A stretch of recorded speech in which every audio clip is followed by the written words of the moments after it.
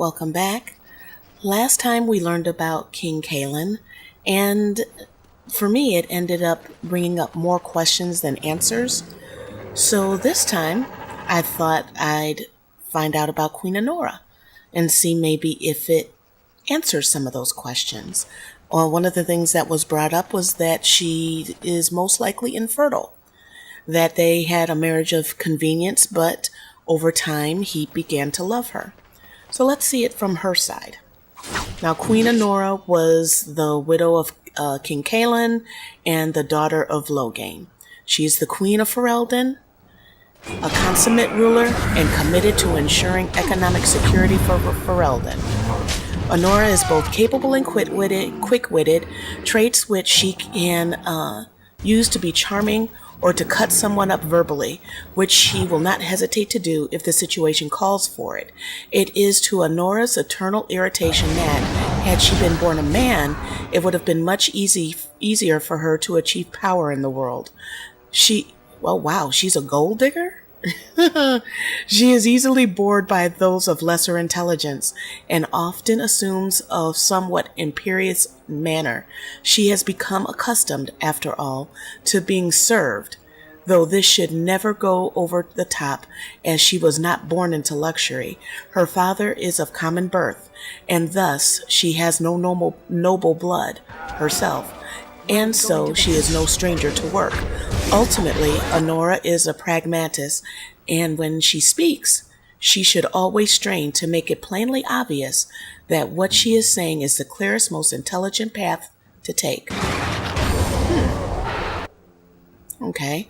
Anora puts forward an air of confidence and competence mixed with majesty and grace. She does not use her feminine wiles to her advantage, not because she does not possess them, but simply because it does not occur to her. She uses her intelligence far more readily, as it is how her father raised her. She is direct and often pointed in her manner, without being overbearing, until annoyance or irritation wears at her patience. She is also very much her father's daughter, and like her father, she is capable of setting morals aside to achieve the end she desires. Now, this is a little perplexing to me because I remember distinctly during my first playthrough where she was confronted by a member of the town about her ruling. And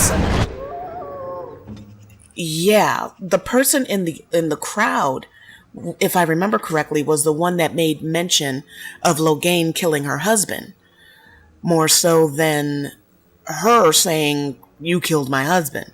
So, if I remember this correctly, either she doesn't love her husband, or she was actually glad that he died so that she could have power herself. So, let's continue reading. Anora was born a commoner at a time shortly after her father had driven foreigners out of Ferelden. Her father was rewarded with his elevation to Tyme. So, in truth, Anora grew up knowing privilege. It was her father that kept her very much aware of her common roots. Her mother died when she was young, and thus it was her father that raised her. This made her a bit tomboyish in some ways, but at the same time, she inherited her father's skills and mannerisms. According to her father, as a child, she acted as if she were the undisputed monarch of the world. Oh my God, really? Spoiled brat. She never joined the local children in play. Instead, she read a lot, followed her mother around like a shadow about the gardens, and practiced archery and swordplay. Later, she was moved to the palace where she became friends with her betrothed, the young Prince Kalyn, while they were still both children. Oh, now that I didn't know. I didn't know that she's known him all those years.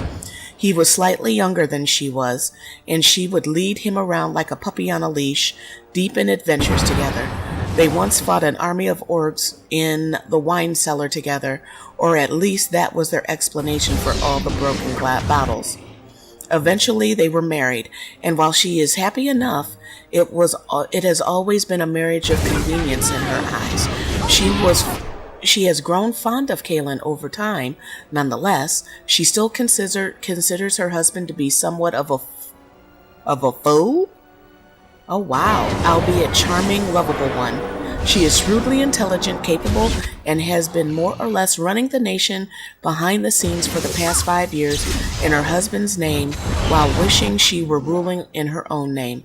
Kalyn is an easygoing man who cares little for politics, and is thus more than happy to leave much of the business of governing to his wife. Anora is approaching her 30th year and is still childless despite 5 years of marriage. Unfortunately for her, rumors are beginning to spread that she is infertile and thus incapable of giving the king an heir. Wow. See, it has become obvious that all the juicy stuff, is in the codexes. Now, this was on the wiki. I haven't gotten to the codex entries yet, but holy crap. So basically, she loved her husband, but she wasn't in love with her husband. I hear you. That says a lot. I mean, that puts a completely different spin on it. Because if Loge knew her desire for power, then how do we know that it was Loge that did that? Maybe it was the queen that wanted Kalyn to die so that she could get power for herself because she thought that he was a fool. I mean, it's not completely out of the ballpark that she wasn't behind it, is it? Inquiring minds want to know. Okay, this puts Kalyn in a very interesting position because he knows that he's king. He knows he needs to produce an heir. The woman that he loves, that he has grown to love over time, cannot produce a child. Although technically it could be him shooting blanks as to why he's not getting a kid, but we're going to put it on Anora because that's the way the storyline is going. And he knows that Alistar is his brother who is an heir.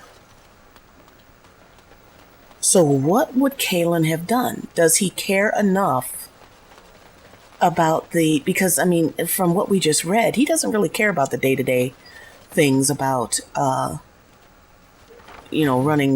being king. So he would let his wife do it. So maybe he has no problem dying without an heir because he knows that Alistar can be king. Maybe that's the thing. Huh. Or, I mean, there's got to be some reason that Celine chick was writing him. So I'm going to be looking. I mean, there's got to be some. But I don't know if she's married or not. But, they were supposed to discuss how to bridge their two cities together. What better way to do it than to dump Anora and get with her? I mean, if he's like a little schoolboy, like foolish, easy to manipulate, then maybe that's what that chick is going for. The Celine chick. Trying to solidify things for her area.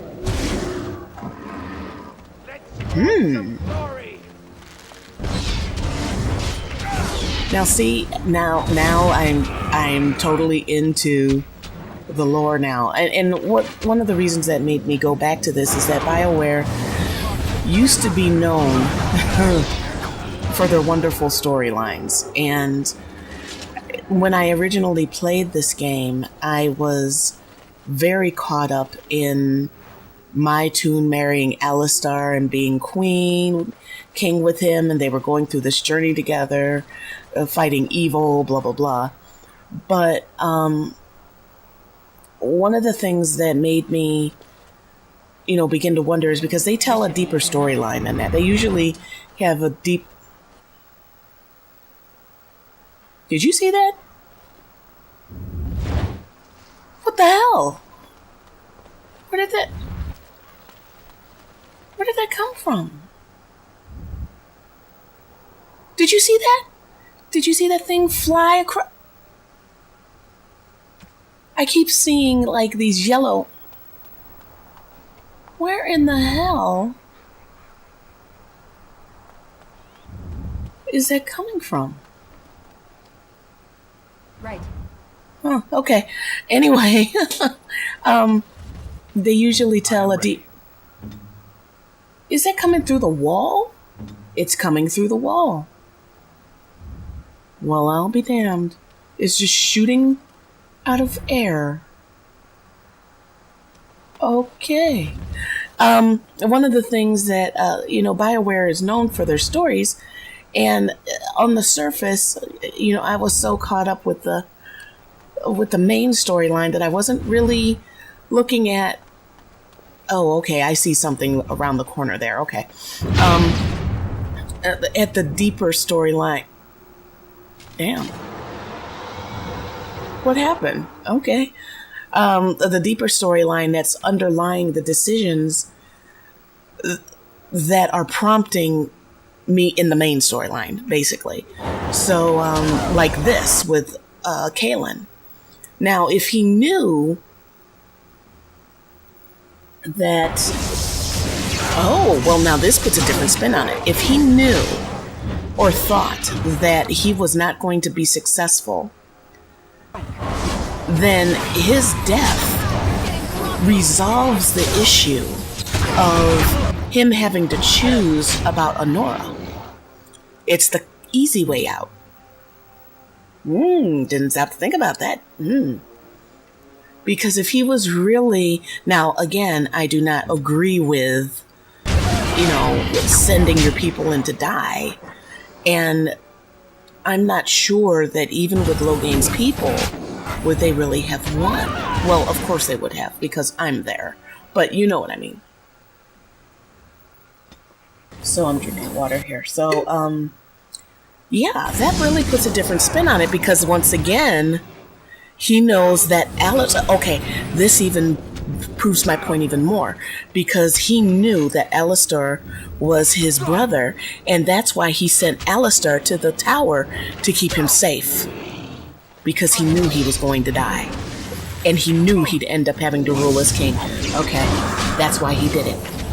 That is why he did it. Okay, I can see he didn't want to hurt Anora, and he always wanted to be, in the stories of being that guy that tries to fight evil that people will talk about for years to come. And surely he is definitely going to be that guy, that king that tried to save his people and died sacrificing himself. And everyone's gonna say, oh, the poor king, blah, blah, blah, blah, blah, blah, blah, blah. So, yeah. Because it wouldn't be Anora as a female that would rule as king. It would be his brother that would say, because she is a commoner. She has no noble blood. See, if she had noble blood, then there might be a duke out there. But she has no noble blood. So she'd have to forfeit her rights to the throne. Okay. Now I understand why Kalyn did it. I think. I don't know. What do you guys think? Do you think that there's a possibility that he did the suicide thing because he didn't want to hurt her? I mean, I do think that it's rather interesting that he sent not only Kalyn, but me to protect Kalyn up to the tower because he wanted to keep him safe. Even though they're immune to darkspawn bites because they're darkspawn. I mean, because they're wardens. Although they can die, because whatchamacallit died. Forget the guy's name. The one that recruited her. I forget his name now, but...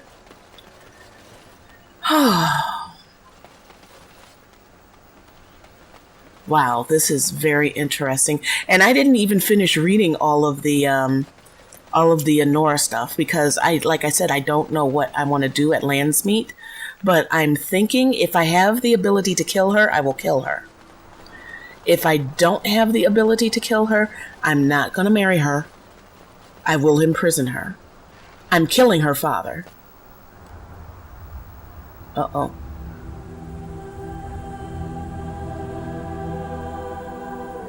Oh, wow. Jesus-like.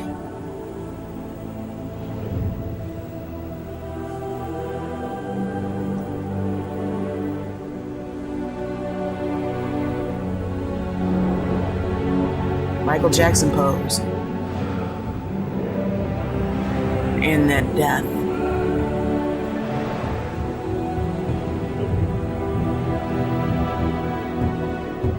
Wow.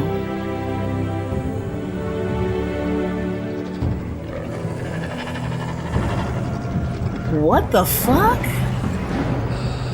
Magic? Oh, I'm fucked.